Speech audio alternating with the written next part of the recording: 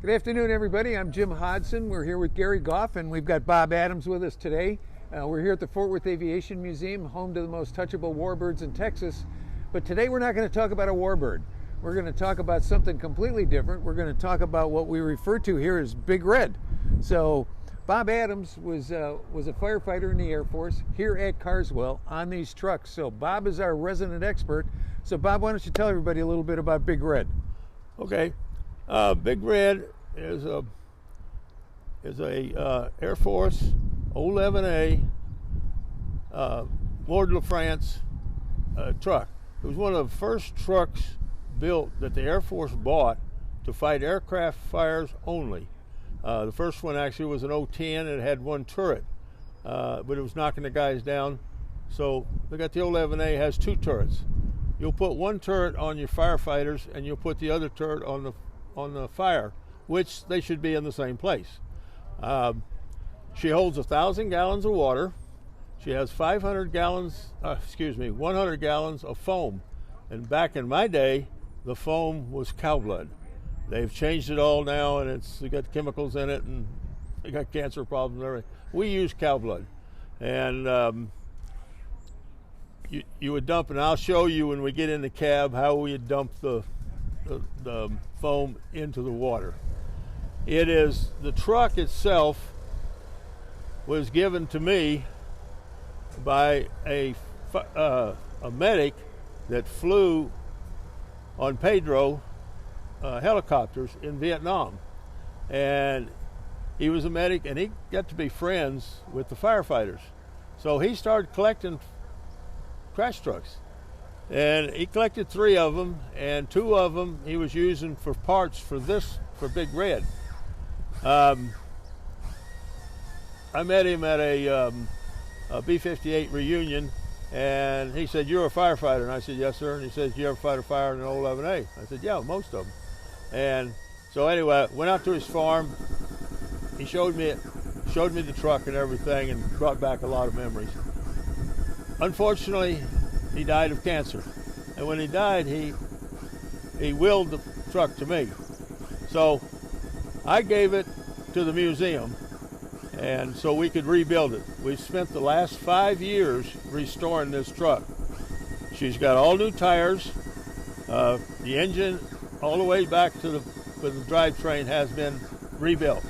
We're still working on her. We're working on the cab now, sanding her down and painting her. She's the only mobile O-11A crash truck in the world, and I'm pretty proud of her. Let's show them a little bit of the stuff. What does this thing weigh? She weighs about 48,000 pounds. So this is a big truck, and it power steering. Yes, sir. Okay, but we know rebuilt the power steering. But we know that it isn't nimble. No, it's a horse to drive it around. So let's walk around and point out the nozzles to everybody. If you'll notice up there's 2 nozzles, and like I say, and I'll show you how they work. But when you're the turret operator, when you get to the fire, you'll put one. Your 2 hand linemen come out and your crew chief, and they go to the fire. You put one on them. The other one you hit on the fire, and they should be in the same place. All these movies you see and everything about firemen running into fire, I'm going to tell you right now, they're all dead. You don't do that. Well, Bob, what's the gun down here in the bottom for? The one on the bottom, this turret is used for 2 things. If the aircraft you're fighting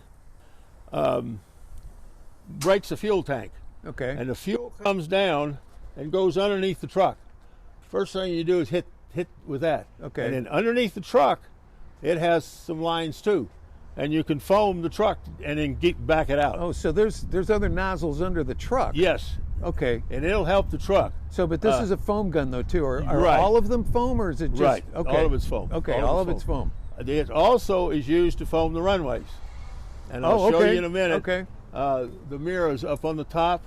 If you're going to foam the runway, you put 2 trucks together and you back up. Okay. You put 500 foot of foam, 500 foot of dry, 500 foot of foam, because foam the whole thing and the plane never stop. Yeah, it's right all the way. Okay. So this is what this turret's for. Okay. And but the main turrets are the top turrets. Now, briefly, we fought fires different than they do today. Okay. We went into the fire, and the turrets... You mean literally drove into the fire? Oh, yeah. This truck, those turrets only shot 35 foot. Oh, okay. And so we had to, and the hand lines were only 65 foot. So you literally, to get to the airplane and get inside to get the people out, you had to drive this truck right in almost to the fire. Okay. One of the other things that we did, our mission was get the crew out of that aircraft. Right. Whatever it took, we went in to get the crew. So that was your responsibility too. That was our mission. So you had to know how to get into all the different airplanes to get them out, right? The only problem with it is most, and one of the aircraft I fought was a KC-135. It was a ball of fire. We fought our way into it. We found the hole, and we went in it. Okay. And we got inside, but I was standing in ash about a foot deep, standing like a chicken. And then I realized who was ever in this aircraft were dead. And so we decided to back out. But I had wires and things hanging down, and I was scared to back out. Anyway, crew chief grabbed me and pulled me, and I grabbed my partner. We got out of the aircraft. We found out the plane had cartwheeled into the south end of Carswell, and everybody got out of it in the fog, and we didn't know it. Well, let's show them the inside. Okay.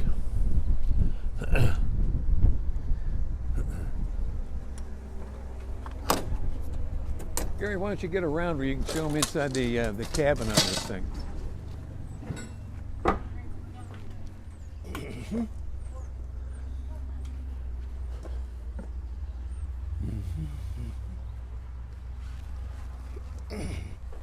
So what's the crew on this truck, Bob? Sir? What's the crew? We started off with a 5-man crew. About halfway through my Air Force career, the Air Force cut back and we went to a 4-man crew. You have a driver here, you have a turret operator here, and that's where I'm going to sit. The turret operator sits here. When you head for the fire, and you have a crew chief over here. When you head for the fire, if we know it's a crash, then you automatically pull these guns down on the way out. This half of the controls is for the drive engine. This half of the gauges are for the pump engine. You have 2 different engines on this truck. One to get it there, and then one to operate the foam and all. When you use these turrets, you point this gun, and there's a little trigger there.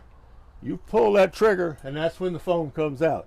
Now, to get to the foam to the turrets, what you got to do, each turret, this truck is operated hydraulically. Okay. But if the hydraulics go out on it, this truck can do things that the new trucks can't do. You can operate this thing manually. Okay. Anyway, when you're on your way out and you know you're going to fire, you pull these levers. That allows the foam to go to the turrets and to the hand lines. Okay. And if I can get over here a little bit. And meanwhile, we can see the screen today, folks, so if you've got some questions, go ahead and ask. Yeah. This lever down here, you can't see it. That's what you pull to use the bottom turret. Oh, okay. And then this lever here, you pull to dump the foam into the water. You don't want to do that unless you know you're going to foam. Okay. Because you put that in that water and you're going to spend the next 5 hours cleaning it out. Okay. Okay. So this looks like a video up here with a couple of guns. Pretty well. The only problem is they don't always go where you point them. Oh, okay. I had one. I was the turret operator on a TF-102 crash, and we pulled up to it, and I was pointing my gun. It wasn't going anywhere. So I finally had to start using these levers. I can use these manually. That's for that turret, and that's for this turret. So that lets you manually control the turret instead of using the gun handle. Now this here is how you set your stream. If you got it here, that's a straight stream. Okay. If you put it here, it's kind of a water fog, and you just put it out. If you want to put it out. I never used that. What would you want to use the different types for? If the fire was getting close to the truck or something, okay, you'd use it. And if the fire got to the truck, you hit fog, and that puts that turret foam on this truck. Oh, okay. And then you pull this other one, and then you put her in reverse and get the hell out of there. Okay. Because torn up. Yeah. But as you can see, this truck is built to take an explosion. Well, yeah, the door is easily 2 inches thick, This thing is built like a. Anyway, let me grab the door, Gary, so you can show how thick that door is. Whoops. Oh man, that's thick. Yeah. It's built. Now, if it took an explosion, which some of them did in Vietnam and in the States too, it would probably kill most of the crew, but the truck would survive. And the Air Force kind of like their trucks to to survive. So those two mirrors, the driver is watching those two mirrors when he's foaming the runway. Okay. That goes right down on the. Oh, so he's looking down at the. Yeah, he's looking to see if the foam's going, and if it's going okay. I'm not certain you mentioned, but when was this truck built? This truck is a 1954 Ward de France. Okay, and how? Something's older than me. Yeah. Thank God. How long were these in operation? They lasted until about 1970. I think we got our first new P2 in about 1964. Okay. And that's the truck that took its place. A lot of these lasted until about 1970, 72. Okay. They built 1,100 of them, and she's built like a box for a reason. You can load her on an airplane and fly her all over the world. Okay. And that's what they did. One of the things about this truck, you'll notice all compartments have heaters in them. Everything has a heater in it because these went to the Arctic and went everywhere. Okay. Cold weather. We didn't need it here. Now sometimes we did. It got cold out there on the flight line. Well, I know you've mentioned before that these trucks are in a movie called Strategic Air Command, right? Yes, sir. Yes, so sir. That's the one with Jimmy Stewart and the B-36. When they're all rolling out to the runway. In fact, I drove and fought fires in some of them that were in that movie. Yeah. Because they had some O-10s in that and had some O-11s and O-11As.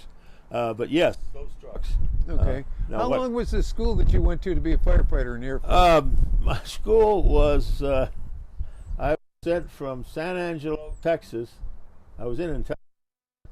And they sent me up here as firefighter. Well, I requested it. And it was one day course. Yeah. Okay. They put me in. I was tailboard on a 750 pumper, and I learned from there. We had training every day and every week. Sure. Okay. But I was. Okay. 6 months after I was here, I fought a B-58 crash, one of the hottest aircraft crashes I ever fought in my life, and even after the other ones, it was horrible. You mean the heat? Huh? You mean the heat? Yes. A structural fire is about 1,200 degrees. Okay. An aircraft fire is 2,000 degrees. Okay. And I'll show you on the bunkers here in a minute why we wore silver. Now they don't do that. I was just at the crash station yesterday, and they don't wear silver anymore. Okay. They wear regular street bunkers. They change, like I said before, they've changed firefighting. Today, the trucks go in and fight the fire. When they get the fire down to 1,000 degrees, then the firemen go in. Okay. Well, come on down. We'll show people the rest of the rest of the stuff here. Oh, one thing. See this hatch up here? If you were going in on a B-52 or a large aircraft that had the cockpit on top, you had to rescue, you would open that hatch and you'd go through that hatch. Okay. Usually the turret operator and the crew chief would go up there, and we'd take an axe, and we'd get up there. Of course, the B-52 all emergencies exits, but if they don't work, then we broke out the windows, pulled them out on top of the truck, brought them down here, and got them. All right.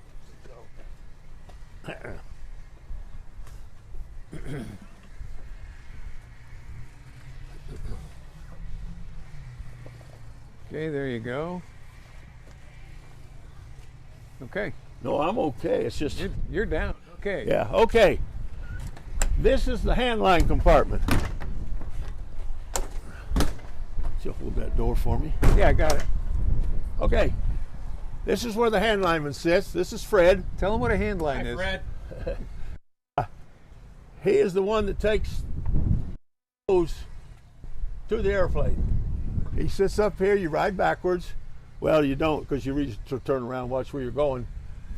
But when the bells go off in the station, I had 1 minute to get to my truck, get bunkered out, and get in that seat. Okay. And if I was not there, that truck left. As soon as the crew chief got in that truck, it left. Okay. And if you were left here, you probably wouldn't be a fireman the next day. Okay. So anyway, that's the drive engine there. That's a Continental straight six gasoline engine. And that just... How many horsepower? Okay. I would think a lot. Yeah. It's also six-wheel drive. All wheels pull. You're talking about 1,000 pounds. Yeah. She's the big. That's, yeah. Yeah. Okay. The hand lineman comes out of this door, and he comes over, opens that door. You hit this. Whoa. You pull this. Whoa. And you head out to the fire. You've got 65 feet to the airplane. Okay. And you go in for rescue. Now, is this water or foam? Foam. This is foam. Yeah, So once everything you're they're fighting a fire, it's all foam. Okay. You don't play with water anymore. Okay. The only thing we ever did with water was wash the fuel down, which you can't do anymore. Okay. Hazardous. Audio is coming and going. Yeah. Okay. And anyway, these compartments. It says what they are. There was a generator in there. Bob, turn around. Oh, I'm sorry. A booster heater. Because we lose the audio. Oh, you got a generator in this compartment, a booster heater, your batteries in here. This compartment holds your CB. It's on the other side.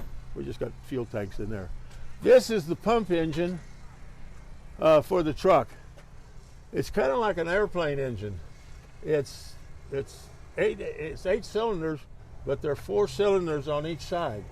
It has two magnetos, and it circulates. This pump will pump 350 psi's with both turrets running and the hand line. Okay, but this is just for pumping water. That's just, yeah. Okay. And your tank is right back here, water tank, and that's you would have 100 gallons of foam.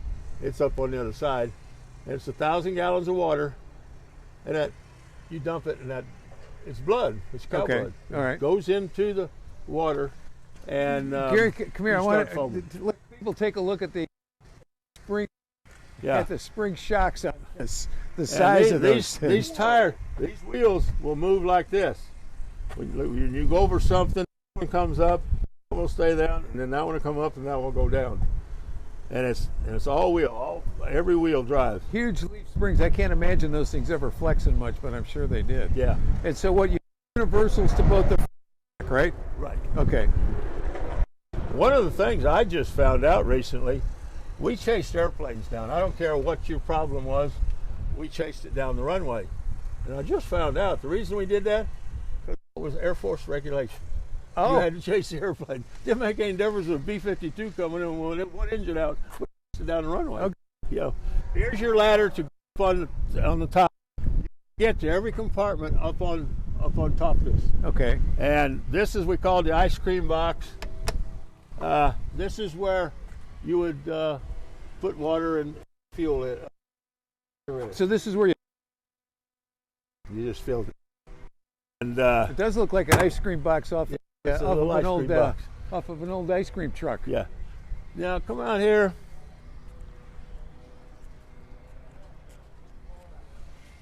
You see that big thing going on top? That's a ladder. Okay. And we never used it. The whole time, I never know of one truck that ever used it. Is that a lift ladder or? No, you slid it out the back. Okay. But if you ever had to get up on a big airplane or something like that, we never used it. It's there. Okay. The other thing up there, that's where you put foam in.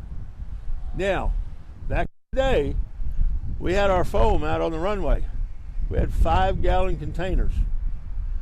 You would go, they had water out there too. We put our water in there, and you would take the foam, 5 gallons, and one guy would stay on top, and the other guy would throw it up there. Oh, okay. I used to do that. I used to be able to throw that up there, or I could catch it Okay. and pour it in Okay. till you got your 100 gallons. Well, have you got anything else in any of these other compartments you want to show folks? The only thing, let me show you the CV. Okay.